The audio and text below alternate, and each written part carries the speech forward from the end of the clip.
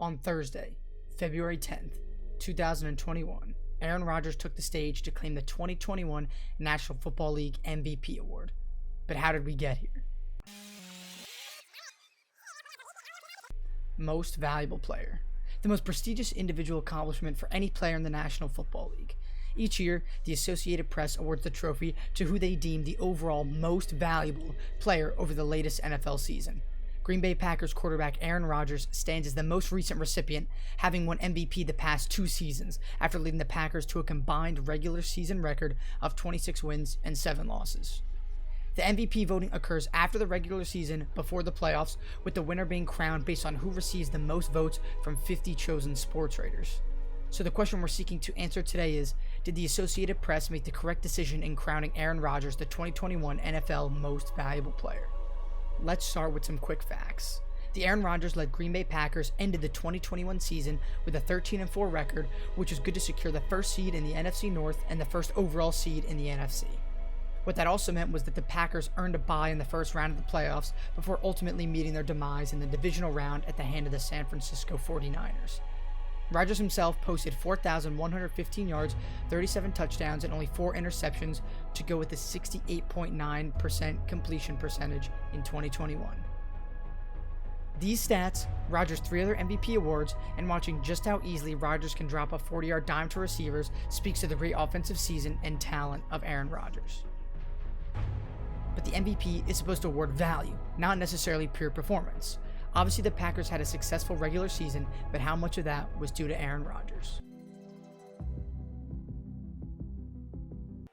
Looking at quarterbacks specifically, since only one non-quarterback has won the award in the past 14 years, it is important to consider their individual success along with how good the rest of their team is.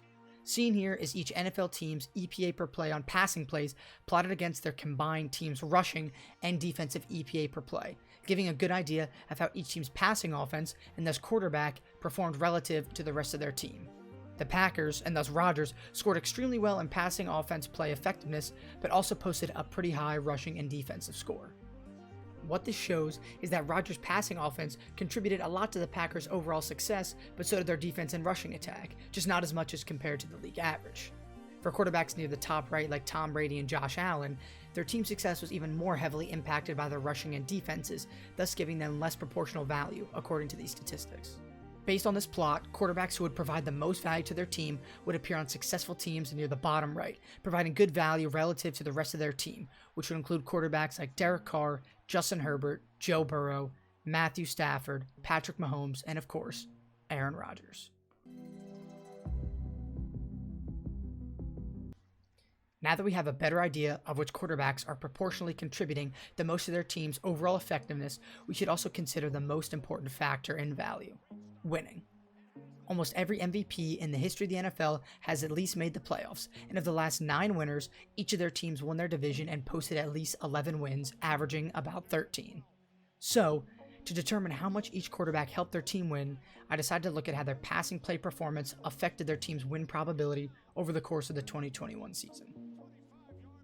I created a linear regression model trained on win probability, down, score differential, yards to go, seconds remaining, and expected points, which estimated how much a quarterback should affect their team's win probability on a given pass play.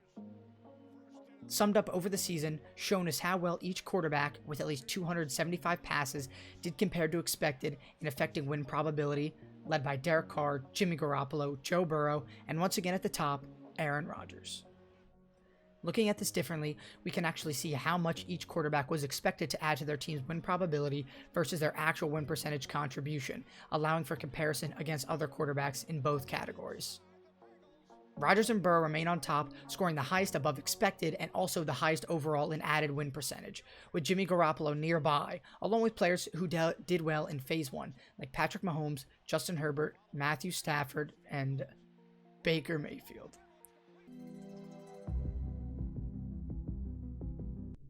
In the end, my analysis has largely coincided with that of the Associated Press sports writers in finding Aaron Rodgers to be extremely valuable in the 2021 season. Plain and simple, Rodgers' efficient pass offense drove the team with the best regular season record in 2021, so I think it's safe to say that the 2021 NFL MVP award was correctly awarded. And I wanted to end this video with an honorable mention to Joe Burrow and Justin Herbert, whose performances assure that the future of the MVP award and the entire NFL is in good hands.